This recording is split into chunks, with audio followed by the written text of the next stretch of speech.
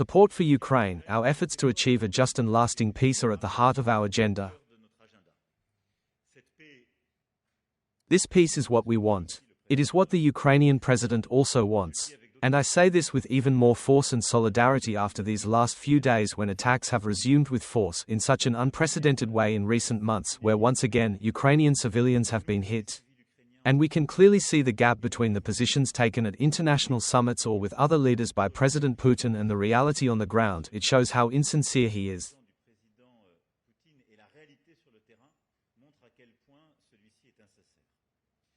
The next few days will be decisive, marking the end of the period we gave ourselves with President Trump and President Zelensky to secure the first meetings, and we will continue to put pressure for additional sanctions to be taken by ourselves, and we are ready for this, but also by the United States to force Russia to return to the negotiating table.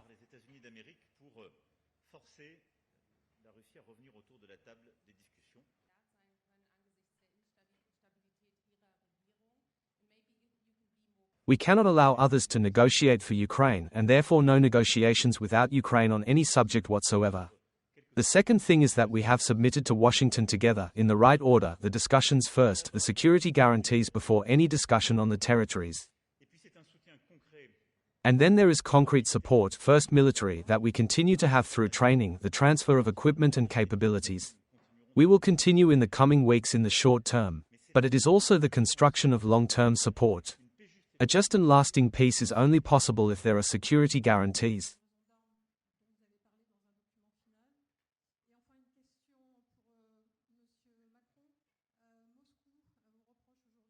We will both speak to President Trump this weekend. We will see on Monday what happens. I hope that this meeting will be triggered and will take place. I hope that the trilateral meeting will take place. If we were to find next week that once again, after months of broken promises, this was not the case, we will advocate very clearly for primary and secondary sanctions to be taken, which further constrain Russia and bring it back to the negotiating table.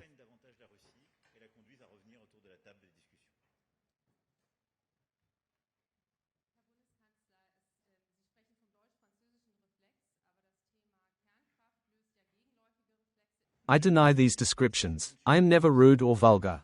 But when one say there is an ogre at the gates of Europe, an image that has been used by many, I believe that it describes what Georgians, Ukrainians, and many other nations feel very deeply, a man who has decided to move towards an authoritarian, autocratic drift and to lead a revisionist imperialism of international borders.